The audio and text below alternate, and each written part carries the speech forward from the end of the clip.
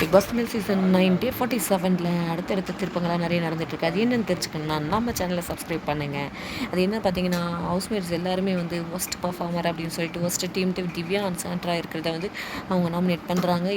First ப்ரோமோவில் வந்து நம்ம அதை பார்த்தோம். அடுத்து பார்த்தீங்கன்னா பிக் பாஸ் என்ன சொல்கிறாரு, இங்கே ஹவுஸ்மேட்ஸ் வந்து உங்கள் 2 பேரை வந்து ஒஸ்ட் பர்ஃபார்மர் அப்படின்னு சொல்லி செலக்ட் பண்ணியிருக்காங்க. நீங்கள் ஜெயிலுக்கு போகணும். இது உங்கள் ஹவுஸ்மேட்ஸ்க்காக, எனக்காக நீங்கள் 2 பேரும் ஒன்று பண்ண வேண்டியது இருக்குது. அது என்ன பார்த்தீங்கன்னா அப்படின்னு சொல்லிட்டு ஒரு ட்விஸ்ட் வைக்கிறாரு. அது என்னென்னா, வீட்டில் இருக்க ஜெயில் போகிறதுக்கு முன்னாடி வீட்டில் இருக்க எல்லா வேலையும் செஞ்சுட்டு ஜெயிலுக்கு போங்கன்றாங்க. அது என்னென்ன வேலைன்றதையும் அவர் வந்து எக்ஸ்பிளைன் பண்ணுறாரு. வெசல் வாஷிங், குக்கிங், அப்புறம் பார்த்திங்கன்னா பாத்ரூம் க்ளீனிங், ஹவுஸ் க்ளீனிங், இது எல்லா வேலையுமே அவங்க 2 பேர் செய்யணும் அப்படின்னு சொல்லிட்டு ஒரு பனிஷ்மெண்ட்டையும் கொடுக்குறாரு.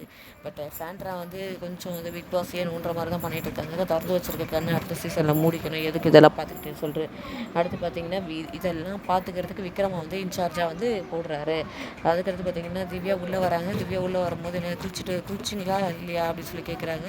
திவ்யா என்ன சொல்கிறாங்க, நான் குளிச்சுட்டு வருவேன் இல்லை குளிக்காமல் வருவேன், அது என்னோட இஷ்டம் அப்படின்னு சொல்லிட்டு அவங்க வந்து கிச்சன் இதுக்கு போகிறாங்க. அதுக்கடுத்து தான் பார்த்திங்கன்னா அடுத்த ப்ரோமோவில் பிரஜன் என்ன சொல்கிறாரு, ஹவுஸ்மேட்ஸ் எல்லாரையுமே கூப்பிட்டு எனக்கு வந்து விக்ரம் மேலே ஒரு இது இருக்குது, நான் அதை வந்து சொல்ல போகிற ஒரு கம்ப்ளைண்ட் இருக்குது. அது என்னன்னா, நானும் சாண்ட்ராவும் ஹஸ்பண்ட் அண்ட் ஒய்ஃப், அது இவங்க மட்டும் இல்லை எல்லாருக்குமே தெரிஞ்ச கதை தான். சாண்ட்ரா வந்து பூண்டை போட்டாங்கன்னா அதுக்கு என்கிட்ட வந்து சொல்லுவாங்களே, எல்லாருக்கிட்டேயே சொல்லலாம்ல.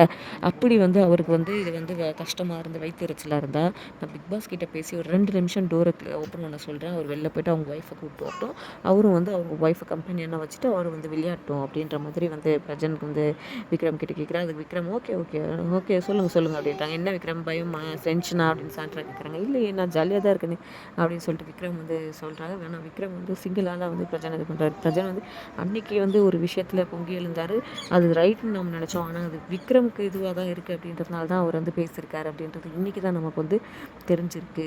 அதனால் கண்டிப்பாக பிரஜன் விசஸ் விக்ரம் அப்படின்ற மாதிரி தான் போகுது, இல்லை சாண்ட்ரா விசஸ் விக்ரம் மாதிரி போக போதை நம்ம வெயிட் பண்ணி பார்க்கலாம். இந்த வீடியோ பிடிச்சிருந்தா லைக் பண்ணுங்கள். தேங்க்யூ.